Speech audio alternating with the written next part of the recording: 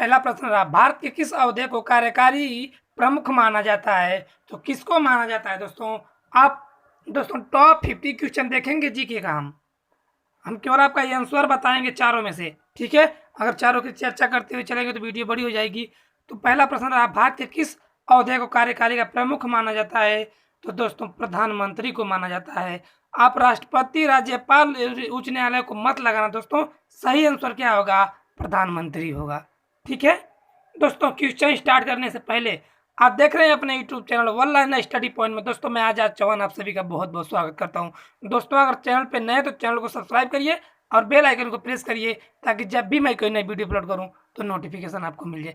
दोस्तों जीके बहुत ही महत्वपूर्ण क्वेश्चन शामिल किए गए हैं प्यारे साथियों। चलिए बताइए दूसरा प्रश्न, निम्नलिखित में से कौन मृत व्यक्ति के स्मारक हैं? तो दोस्तों दूसरा का सही कौन सा हो जाएगा? चारों में से बताइए प्यारे साथियों कौन सा सही हो जाएगा। आपके लिए 5 सेकंड का समय दूंगा, उसके बाद मैं अपना आंसर बताऊंगा, ठीक है। तो निम्नलिखित में से कौन मृत व्यक्ति के स्मारक हैं? तो दूसरा का सही हो जाएगा दोस्तों सभी हो जाएगा। ताजमहल भी है, बीबी का मकबरा भी है और इमादत उद दौला भी है, ठीक है। याद रखिएगा दोस्तों, एग्जाम में यहाँ से क्वेश्चन आपके बनेंगे ही बनेंगे। वीडियो अंत तक देखिए क्योंकि बहुत ही अच्छे अच्छे क्वेश्चन को इसमें शामिल किया गया है दोस्तों, ठीक है। वेरी वेरी मोस्ट इंपॉर्टेंट शामिल किए गए हैं टॉप 50। चलिए तीसरा प्रश्न, बिंदुसार का उत्तराधिकारी कौन था? कौन था आपके लिए 5 सेकेंड। तो दोस्तों तीसरा का सही आंसर क्या हो जाएगा कि बिंदुसार का उत्तराधिकारी कौन था? तो दोस्तों सम्राट अशोक था। जब भी पूछे गलत नहीं करना है, बिंदुसार का उत्तराधिकारी कौन था? तो अशोक था। चंद्रगुप्त मौर्य और सुसीम, दशरथ इनको न लगाना दोस्तों, ठीक है। सही आंसर क्या होगा? तो बिंदुसार का उत्तराधिकारी कौन था? तो दोस्तों अशोक था। चलिए अगला प्रश्न, भारतीय संविधान को पहली बार कब संशोधित किया गया था? तो कब किया गया था दोस्तों? ऑप्शन ए 1948 में, ऑप्शन बी 1951 में, ऑप्शन सी 1949 में और ऑप्शन डी 1950 में। कब संशोधित किया गया था दोस्तों? तो आपका सही हो जाएगा, क्या सही हो जाएगा दोस्तों? ऑप्शन डी सही हो जाएगा 1950 को, ठीक है। अगला प्रश्न चले दोस्तों, आपको पता होगा कि 26 जनवरी 1950 को। चलिए अगला प्रश्न पांचवा रहा कि निम्न में से किस नदी को बंगाल का शोक के नाम से जाना जाता है? तो किसे बंगाल का शोक के नाम जाना जाता है? Option A Hooghly, option B Bhagirathi, option C Damodar और ऑप्शन डी गंगा। तो किस नदी को बंगाल के शोक के नाम से जाना जाता है? तो दोस्तों पांचवा का आपका सही हो जाएगा, दामोदर नदी को बंगाल का शोक के नाम से जाना जाता है। वेरी वेरी मोस्ट इंपॉर्टेंट, आपसे एग्जाम में पूछे जाएंगे क्वेश्चन। चलिए दोस्तों बार बार चर्चा नहीं करेंगे, फटाफट देखेंगे क्वेश्चनों को कि रोलेक्ट एक्ट को किस वर्ष लागू किया गया था? ऑप्शन ए 1919 में, ऑप्शन बी 1921 में, ऑप्शन सी 1923 में और ऑप्शन डी 1916 में। तो रोलेक्ट एक्ट को किस वर्ष लागू किया गया था दोस्तों? तो कौन सा आंसर हो जाएगा? 1919 में किया गया था। कब किया गया था? 1919 में आपका रोलेक्ट एक्ट को लागू किया गया था। अगला प्रश्न देखेंगे दोस्तों, सातवां प्रश्न आपकी स्क्रीन पर कि महाराणा प्रताप अपने घोड़ों को किस नाम से बुलाते थे? तो किस नाम से बुलाते थे? Option A Bulbul, option B Chetak, option C Badal और ऑप्शन डी है ग्रीव। तो महाराणा प्रताप अपने घोड़े को किस नाम से बुलाते थे? तो दोस्तों इसका सही आंसर क्या हो जाएगा? सातवां का सही आंसर हो जाएगा प्यारे साथियों बी चेतक नाम से बुलाते थे 1976 में, सॉरी 1576 में दोस्तों, ठीक है। अगला चले, अगला प्रश्न आपकी स्क्रीन पे लगा रहे हैं, आठवां का बताना दोस्तों। ये जीके का मॉक टेस्ट है प्यारे साथियों, देखते हैं आप कितना करते हैं। 50 टॉप 50 क्वेश्चन शामिल किए गए इसमें। चलिए कर्णम मल्लेश्वरी यूनियन में से किस खेल से संबंधित है? ऑप्शन ए टेनिस से, ऑप्शन बी तैराकी से, ऑप्शन सी व्यायाम से और ऑप्शन डी भार उठान से। तो कर्णम मल्लेश्वरी किससे संबंधित है? तो दोस्तों आठवां का आपका सही हो जाएगा, भार उठान से संबंधित है, ठीक है। अगला प्रश्न दोस्तों कि निम्न में से किस उपग्रह ने चंद्रमा का सबसे पहले चक्कर लगाया था? तो दोस्तों किस ग्रह ने चंद्रमा का सबसे पहले चक्कर लगाया था? ऑप्शन ए अपोलो 11 ने, ऑप्शन बी अपोलो 10 ने, ऑप्शन सी लूना 2 ने और ऑप्शन डी लूना 10 ने। दोस्तों आप ऐसे भी कह सकते हैं कि अपोलो 11, अपोलो 10, लूना 2 और लूना 10। तो दोस्तों इसका सही आंसर क्या हो जाएगा? तो दोस्तों सही आंसर हो जाएगा लूना 10, डी आपका सही हो जाएगा प्यारे साथियों। ठीक है, चलिए 10वां प्रश्न आपकी स्क्रीन पर। आप तो बहुत ही अच्छे अच्छे प्रश्न इसमें शामिल किए गए हैं प्यारे दोस्तों। चलिए, निम्न में से किस बाक्सर को द रियल झील के नाम से जाना जाता है? Very very most important, exam में क्वेश्चन पूछे जाएंगे, चाहे वो कोई भी हो, एनटीपीसी, यूपीपी, यूपीएसआई, लेखपाल, जो भी एग्जाम है दोस्तों सभी में पूछे जाएंगे। ठीक है, तो जब भी पूछे कि द रियल डील के नाम से किसे जाना जाता है, ऑप्शन ए किसे जाना जाता है दोस्तों?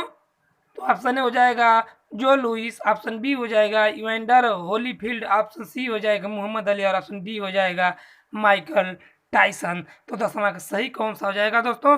10वां का आपका बी सही हो जाएगा। क्या हो जाएगा? इवेंडर होलीफील्ड।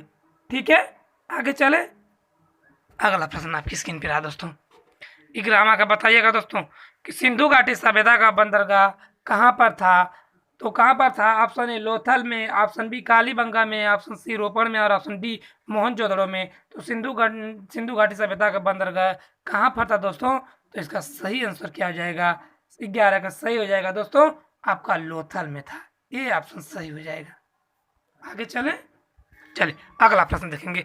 बहुत ही प्यार से देखेंगे, बहुत ही आराम से देखेंगे, और क्वेश्चन एग्जाम में गलत नहीं करना है दोस्तों, इससे बाहर कुछ भी आपसे नहीं पूछे जाएंगे। चलिए 12वां प्रश्न रहा कि सिंधु घाटी सभ्यता किस लिपि में लिखी गई है? तो दोस्तों किस लिपि में लिखी गई है? ऑप्शन ए तमिल में, ऑप्शन बी संस्कृत में, ऑप्शन सी खगोष्ठी में, और ऑप्शन डी अज्ञात में। दोस्तों ये खगोष्ठी रहेगा, खरोष्ठी नहीं रहेगा। तो 12 का कौन सही हो जाएगा प्यार साथियों? कौन सा सही हो जाएगा? तो 12 का आपका डी सही हो जाएगा। क्या हो जाएगा? डी सही हो जाएगा, अज्ञात है। सिंधु घाटी की जो सभ्यता किस लिपि में लिखी गई है? तो ना तो तमिल में, ना तो संस्कृत में, ना तो खगोष्ठी में, इसका कोई ज्ञात नहीं है, तो इसे अज्ञात कहते हैं। जिसका ज्ञान ना हो उसके लिए एक शब्द है अज्ञात। अगला प्रश्न देखेंगे। प्राचीन भारत में कितने प्रकार के विवाह होते थे? तो दोस्तों ऑप्शन ए दैव विवाह, ऑप्शन बी राक्षस विवाह, ऑप्शन सी गंधर्व विवाह और ऑप्शन डी सभी। तो 13 का कौन सा सही हो जाएगा दोस्तों? 13 का डी सही हो जाएगा। क्या दोस्तों प्राचीन काल में दैव विवाह भी होता था, राक्षस विवाह भी होता था और गंधर्व विवाह भी होता था। गंधर्व मतलब प्रेम विवाह।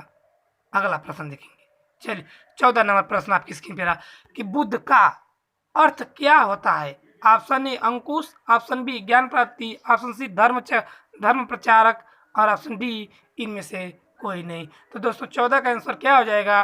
14 का आंसर आपका हो जाएगा बुद्ध का अर्थ क्या होता है? ज्ञान प्राप्ति। ठीक है, आपसे एग्जाम में पूछ दे गौतम बुद्ध ने अपना पहला उपदेश कहाँ दिया था? तो दोस्तों सारनाथ में दिया था। ठीक है, अगला प्रश्न देखेंगे। चलिए कि इच्छा सब कष्टों का कारण है, यह किस धर्म में कहा गया है? कि इच्छा सब कष्टों का कारण है, यह किस धर्म में कहा गया है? ऑप्शन ए हिंदू धर्म में, ऑप्शन बी मुस्लिम धर्म में, ऑप्शन सी जैन धर्म में और ऑप्शन डी बौद्ध धर्म में। तो दोस्तों किस धर्म में कहा गया है? तो इसका सही आंसर हो जाएगा ऑप्शन सी, जैन धर्म में कहा गया है इच्छा सब कष्टों का कारण है। अगला चलन दोस्तों, आइए फटाफट देखेंगे दोस्तों। चलिए, जैन धर्म के वास्तविक संस्थापक किसे माना जाता है? तो जैन धर्म का वास्तविक संस्थापक दोस्तों किसे माना जाता है? तो 16 का कौन सा हो जाएगा? ऑप्शन ए गौतम को, ऑप्शन बी अशोक को, ऑप्शन सी महावीर को और ऑप्शन डी बिंबिसार को। तो 16 का कौन सा हो जाएगा दोस्तों? 16 का सी सही हो जाएगा। महावीर को जैन धर्म का वास्तविक संस्थापक माना जाता है दोस्तों। ठीक है, अगला प्रश्न चले। मगध के उत्थान के लिए निम्न में से कौन सा शासक उत्तरदायी है? तो दोस्तों option A Ajatashatru, option B Bimbisara, option C Sikandar और ऑप्शन डी बिंबिसार। दोस्तों बिंबिसार 2 हो गया है। ठीक है, तो दोस्तों 17 का सही क्या हो जाएगा? 17 का आपका सी हो जाएगा दोस्तों, सिकंदर। सी सही हो जाएगा प्यारे साथियों। अगला प्रश्न चलिए अगला प्रश्न देखते हैं दोस्तों। जितने भी क्वेश्चन है ना वेरी वेरी मोस्ट इंपॉर्टेंट है। मैं बार बार वीडियो में चर्चा नहीं करता हूँ कि लाइक करिए, शेयर करिए, सब्सक्राइब करते चलिए, नहीं, वीडियो आप अंत तक देखिए, अच्छी लगे तभी लाइक करिए, शेयर करिए और चैनल को सब्सक्राइब करिए दोस्तों। ठीक है, चलिए प्रश्न देखते हैं दोस्तों। इस चैनल पे बातें कम पढ़ाई ज़्यादा होती है, क्योंकि जितने भी मेरे भाई बहन सरकारी जॉब की तलाश में है उनका सिलेक्शन ही मेरा मुख्य प्रयास है दोस्तों, कि आपका सिलेक्शन हो जाए। बस मैं यही चाहता हूँ आपसे दोस्तों, आपका सिलेक्शन। दोस्तों आपको PDF फाइल चाहिए तो जाके टेलीग्राम पे सर्च करिए ऑनलाइन स्टडी पॉइंट। दोस्तों वहाँ पे सभी PDF आपको फ्री में प्रोवाइड कराए जाएंगे दोस्तों, कोई चार्ज नहीं है। ठीक है, चलिए तो प्रश्न देखते हैं 18वां। सिकंदर और पोरस की लड़ाई किस नदी के किनारे लड़ी गई थी दोस्तों? तो ऑप्शन ए झेलम नदी के, ऑप्शन बी गंगा नदी के, ऑप्शन सी कावेरी और ऑप्शन डी ब्रह्मपुत्र नदी के। तो किस नदी के किनारे लड़ाई लड़ी गई थी? तो आपका कौन सा सही हो जाएगा दोस्तों? कौन सा सही हो जाएगा आपका 18 का दोस्तों? 18 का आपका सही क्या हो जाएगा? हो जाएगा ऑप्शन ए झेलम नदी के तट पर। ठीक है, अगला प्रश्न चलिए अगला प्रश्न दोस्तों। किस मौर्य शासक ने यूनानियों को भारत से बाहर निकाला था? ऑप्शन ए अशोक ने, ऑप्शन बी बिंबिसार ने, ऑप्शन सी चंद्रगुप्त मौर्य ने और ऑप्शन डी चंद्रगुप्त विक्रमादित्य ने। तो किस मौर्य शासक ने यूनानियों को भारत से बाहर निकाला था दोस्तों? तो इसका सही आंसर क्या हो जाएगा आपका? 19 का सही हो जाएगा ऑप्शन सी चंद्रगुप्त मौर्य ने। बहुत ही महत्वपूर्ण क्वेश्चन शामिल किए गए हैं दोस्तों एग्जाम में, यहाँ से कोई क्वेश्चन आपसे बनने वाले हैं। चलिए 20वां प्रश्न रहा, अशोक के शिलालेखों से निम्न में से किसकी जानकारी मिलती है? ऑप्शन ए विदेश नीति की, ऑप्शन बी जीवन वृत्त की, ऑप्शन सी आंतरिक नीति की और ऑप्शन डी उपरोक्त सभी। तो अशोक के शिलालेखों से किसकी जानकारी मिलती है?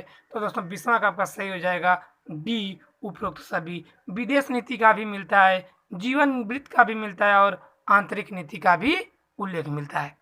अगला चलिए अशोक के शिलालेख किस लिपि में लिखे गए हैं? तो दोस्तों किस लिपि में लिखे गए हैं अशोक के शिलालेख? ऑप्शन ए मगधी में, ऑप्शन बी संस्कृत में, ऑप्शन सी पाली में और ऑप्शन डी ब्राह्मी में। तो ये किसका सही कौन सा हो जाए दोस्तों? जब भी पूछे अशोक के शिलालेख किस लिपि में लिखे गए हैं तो ब्राह्मी लिपि में लिखे गए हैं, डी ऑप्शन सही हो जाएगा। ठीक है, भूलना एक भी क्वेश्चन नहीं है प्यारे दोस्तों। इस बार सिलेक्शन आपका आने वाले एग्जाम में सिलेक्शन हो ही रहेगा। चलिए प्रश्न निम्न में से कौन सी विद्यापीठ सबसे पुरानी है? ऑप्शन ए नालंदा विद्यापीठ, ऑप्शन बी तक्षशिला विद्यापीठ या विश्वविद्यालय कह सकते हैं, ऑप्शन सी विक्रमशिला विश्वविद्यालय। तो दोस्तों निम्न में से कौन सी विद्यापीठ सबसे पुरानी है? तो इसका सही आंसर हो जाएगा 22 का। क्या हो जाएगा दोस्तों? 22 का बी हो जाएगा तक्षशिला। बहुत बार पूछता है कि सबसे पुराना विश्वविद्यालय कौन सा है? तो तक्षशिला विश्वविद्यालय है जो नालंदा बिहार में पड़ता है। अगला प्रश्न अगला प्रश्न 23 का आपकी स्क्रीन पर प्यारे साथियों। विक्रमादित्य को और किस नाम से जाना जाता था? तो दोस्तों सही आंसर क्या हो जाएगा? ऑप्शन ए चंद्रगुप्त प्रथम, ऑप्शन बी चंद्रगुप्त द्वितीय, ऑप्शन सी स्कंदगुप्त और ऑप्शन डी समुद्रगुप्त। तो विक्रमादित्य को और किस नाम से जाना जाता था? तो इसका सही आंसर हो जाएगा दोस्तों 23 का आंसर क्या हो जाएगा? 23 का आंसर हो जाएगा आपका बी चंद्रगुप्त द्वितीय को। ठीक है, अगला चंद्रगुप्त द्वितीय को चंद्रगुप्त विक्रमादित्य कहा जाता है। अगला प्रश्न रहा कि अजंता की गुफाएं किस काल में निर्मित की गई थीं? तो दोस्तों किस काल में? ऑप्शन ए गुप्त काल में, ऑप्शन बी मौर्य काल में, ऑप्शन सी मुगल काल में और ऑप्शन डी कुषाण वंश में। तो अजंता गुफाएं किस काल में निर्मित की गई थी दोस्तों? तो 24 का आपका आंसर क्या हो जाएगा? 24 का आंसर हो जाएगा आपका ऑप्शन ए गुप्त काल में। ठीक है, क्या हो जाएगा? गुप्त काल में, ए ऑप्शन सही हो जाएगा। आगे चले अगला प्रश्न कि ऐहोल शिलालेख किससे संबंधित है? ऑप्शन ए पुलकेशन प्रथम से, ऑप्शन बी पुलकेशन द्वितीय से, ऑप्शन सी हर्ष से और ऑप्शन डी खारवेल से। तो ऐहोल अभिलेख किससे संबंधित है? तो दोस्तों किससे संबंधित है? पुलकेशन द्वितीय से, बी ऑप्शन सही हो जाएगा। जब भी पूछे ऐहोल शिलालेख किससे संबंधित है तो पुलकेशन द्वितीय से। दोस्तों वेरी मोस्ट इंपॉर्टेंट क्वेश्चन है प्यारे साथियों, क्वेश्चनों को नोट करते हुए चलना मेरे दोस्तों। ठीक है, मैं चाह रहा हूँ कि इस बार जितने भी मेरे भाई बहन उनका सिलेक्शन हो जाए, बस कुछ नहीं चाहिए, आपका सिलेक्शन चाहिए। चलिए प्रश्न देखते हैं कि किसके शासनकाल में ह्वेनसांग भारत आया था? ऑप्शन ए चंद्रगुप्त प्रथम के, ऑप्शन बी चंद्रगुप्त द्वितीय के, ऑप्शन सी हर्षवर्धन के और ऑप्शन डी समुद्रगुप्त के। तो किसके शासनकाल में ह्वेनसांग भारत आया था? तो दोस्तों 26 का आंसर सही हो जाएगा हर्षवर्धन के शासनकाल में। किसके शासनकाल में? हर्षवर्धन के शासनकाल में ह्वेनसांग भारत आया था। अगला प्रश्न, दिल्ली का कुतुब मीनार किसके शासनकाल में पूरा हुआ? तो दोस्तों फिर option A Firoz Shah Tughlaq, option B Qutbuddin Aibak, option C Iltutmish और ऑप्शन डी अलाउद्दीन खिलजी। तो किसके शासनकाल में दोस्तों कुतुब मीनार का निर्माण हुआ? तो इसका सही आंसर क्या हो जाएगा? किसके शासनकाल में हुआ? जब भी पूछे किसके शासनकाल में निर्माण हुआ, तो 227 का आंसर क्या हो जाएगा? सी। क्या हो जाएगा? सी, इल्तुतमिश के शासनकाल में निर्माण हुआ था। अब पूछ दे कि कुतुब मीनार का निर्माण किसने प्रारंभ किया था? तो कुतुबुद्दीन ऐबक ने प्रारंभ किया था। दोस्तों इसकी मृत्यु हो गई, तो इल्तुतमिश के समय में यह पूरा हुआ। अगला प्रश्न चलते हैं कि दिल्ली सल्तनत का उदारक या जिसे प्रभुता संपन्न सुल्तान किसे कहा जाता है? तो ऑप्शन ए फिरोज शाह तुगलक को, ऑप्शन बी कुतुबुद्दीन ऐबक को, ऑप्शन सी इल्तुतमिश को और ऑप्शन डी अलाउद्दीन खिलजी को। तो दिल्ली सल्तनत का उदारक सुल्तान किसे कहा जाता है? तो दोस्तों 28 का आपका सही हो जाएगा, इल्तुतमिश को कहा जाता है। सी ऑप्शन सही हो जाएगा। अगला चले प्यारे साथियों, चलिए, भारत की पहली महिला शासिका निम्न में से कौन थी? Option A Rani Lakshmibai, option B Noorjahan, option C Razia Sultan और ऑप्शन डी रानी रुद्रमा देवी। तो भारत की पहली महिला शासिका कौन थी? 29 का सही हो जाएगा दोस्तों, रजिया सुल्तान। ठीक है, सी ऑप्शन सही हो जाएगा। अगला प्रश्न कि अमुक्त माल्यद पुस्तक किस शासक के द्वारा लिखी गई है? तो दोस्तों ऑप्शन ए कृष्णदेव राय द्वारा, ऑप्शन बी अकबर द्वारा, ऑप्शन सी बाबर द्वारा, ऑप्शन डी रजिया सुल्तान द्वारा। तो किसके द्वारा दोस्तों अमुक्त माल्यद लिखी गई है? तो 30 का आपका सही हो जाएगा आंसर, कृष्णदेव राय द्वारा। ए ऑप्शन सही हो जाएगा। दोस्तों 30 प्रश्न नहीं देखेंगे क्योंकि मुझे थोड़ा प्रॉब्लम है, मेरी तबीयत ठीक नहीं है दोस्तों। सुबह में बाकी क्वेश्चन देख लेंगे। तो चलिए, वीडियो कैसी लगी जरूर कमेंट करके बताना दोस्तों। इसी के साथ मिलेंगे अगली वीडियो में। दोस्तों क्वेश्चन थे, लेकिन हम क्वेश्चन की चर्चा मॉर्निंग में करेंगे क्योंकि मेरी तबीयत थोड़ी ठीक नहीं है। ठीक है ना? चलिए, इसी के साथ मिलेंगे अगली वीडियो में। जय हिंद, वंदे मातरम प्यारे साथियों।